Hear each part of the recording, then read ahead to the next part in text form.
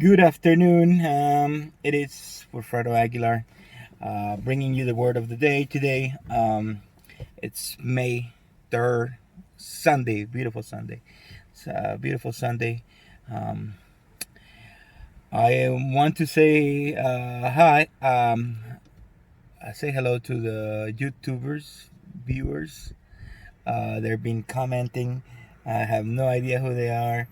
Um, I'm glad that you like the videos. Makes me feel like I'm a YouTuber. These videos, I'm glad that I'm able to upload them from on YouTube, but they're mostly done for Facebook. But yeah, I think it's a very good format for YouTube. So even though it's very slow on the promotion and the advertising or the marketing of the videos, I have no doubts they're gonna pick up eventually.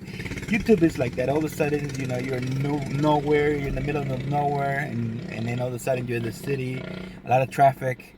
Um, it's it's like that. I'm a little familiar with YouTube, but I have no doubt that these videos are gonna keep catching up. So hello to everybody on YouTube. Um, Spanish channel on YouTube, but it's kind of slow. But I added the links yesterday. The Spanish from the Spanish Facebook fan page and this in the English fan page. So I should see more traffic coming in. Yesterday, I focused on the Hebrews 11. We talk about the faith that it's not our faith, but it's Jesus. So we look at Jesus today. I want to do another, pretty much the same, but I wanna do First Corinthians 13. So this is the love. There's two things that we really wanna boast about to God, which is having faith and having love for God. And I know that's kind of like our intentions, natural intentions, but it doesn't really work that way. That when Paul talks about this love, you gotta find out who is this perfect love, who is this awesome love, and you obviously know if you've been watching my videos that this love is Jesus. He's the one that loves us, and we are excited about that. And we once you realize that He loves you, that you become dependent of His love. You become dependent of His love. It's not otherwise you'll be depending on your love. So the moment you're loving God, you'll be good. But when you're not loving God, you're gonna feel bad. So our love, like our faith, it goes up and down, up and down. But God's love, God's faithfulness, it does not. It just stays. So this is Jesus. It's talking about Jesus. So today, the title of this message is going to be "Rest in God's Love for You." Rest in God's love for you. Get this rest because evil gets bigger and bigger. I mean, you see the prophet Elisha. He was awesome. He did a lot of miracles in the Old Testament. But all of a sudden, evil spirit came, got a grip of him. He got sick, and the next thing he died. Evil has hierarchies. They got it's lower evil, higher evil, higher evil. Um, there's nothing better than to fight evil with love. And don't fight it with your love, fight it with the love of God. And when you fight it with the love of God, you're going to rest in His love. You're going to rest in His love, knowing that He loves you, He cares for you, He protects you. Jesus is a shield over you. So fight it with that knowledge. So let's read a little bit on First Corinthians chapter 13. Oops, I have it in Spanish. Let me change it to TPT. Um, all right, so here it is. If I were verse 1, if I were to speak with eloquence in her many languages in the heavenly tongues of angels, yet I didn't express myself with love, my words would be reduced to hollow sounds of nothing more than a clenching cymbal. If I I were to have the gifts of prophecy with a profound understanding of God's hidden secrets, and if I possess unending supernatural knowledge, and if I had the greatest gift of faith that I could move mountains, but I have never learned to love, then I'm nothing. And if I were to be so generous as to give away everything I own to feed the poor, to offer my body to be burned as a martyr, without the pure motive of love, I would have gained nothing of value. Love is at large and incredibly patient. Love is gentle and consistently kind to all. It refuses to be jealous when blessings comes to someone else. Love does not brag about one's achievement, nor inflates its own importance. Love does not traffic in shame and disrespect, nor selfish seeks its own honor. Love is not easily irritated, too quick to take offense. Love joyfully celebrates honesty and finds no delight in what is wrong. Love is a safe place of shelter, for it never stops believing the best of others. Love never takes failure as defeat, and it never gives up. See the this is the love of God. This is the love of God for you, and it's Jesus. Jesus is the love of God. So when you rest in Him, it's not that you won't be doing nothing. It's God is going to be doing something, and it's going to be doing something against the evil that is higher than you, that it has more authority than you, and this is the perfect warfare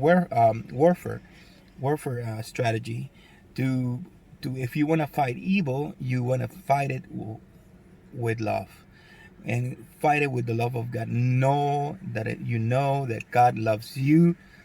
He sent His Son for you to die. He took your place, and he took the judgment that was coming for you. I heard watch a video of Brian Simmons, one of his places where he was teaching. He talked about how in the Hebrew the river Jordan, it's compound of two words, yor and dan. Yor means to go down, it's like to being like judge, and dan, which is um,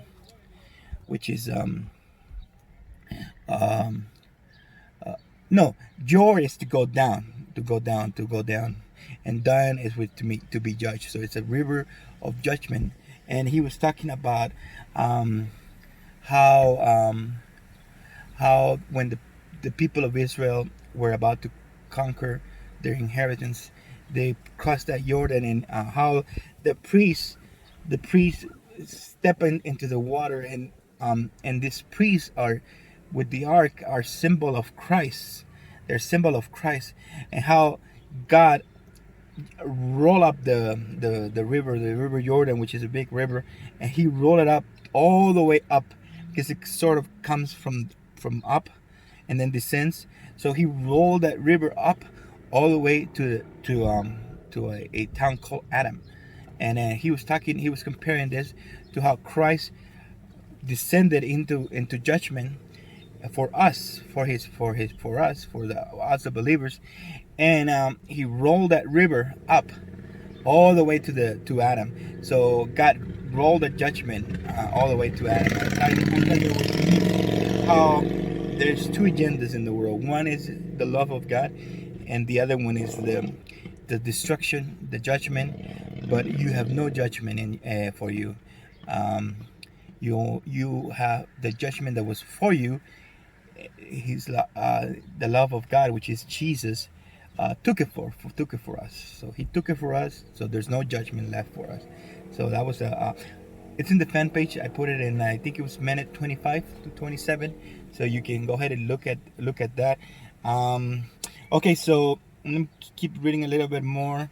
So love never takes failure as defeat. It says love never takes failure as defeat, for it never gives up. It keeps coming back stronger and stronger. Verse 8, love never stops loving. It extends beyond the gift of prophecy, which eventually fades away. It is more enduring than tongues, which will one day fall silent. Love remains long after words of knowledge are forgotten. Our present knowledge and our prophecy are but partial, But when love perfection arrives, the partial will fade away. When I was a child, I spoke about childless matters, for I saw things like a child and reasoned like a child. But the day came when I matured and set aside my child's way. For now we see but faint reflection of riddles and mysteries, as that reflected in a mirror. But one day we will see face to face. My understanding is incomplete now, but one day I will understand everything. Just as everything about me has been fully understood, until then there are three things that remain: faith, hope, and love. Yet love surpasses them all. So above all else, let love be beautiful prize for which you run. See, this is again another something outside of you. This is Christ. This is love. Um, and we talked about faith yesterday. We talked of making Christ our object that we look upon, and when we look upon, we get transformed. Now, this love is the love of God. This is Christ. This is Jesus again, and this is when we are resting on His love. We depending on His love. We become dependents.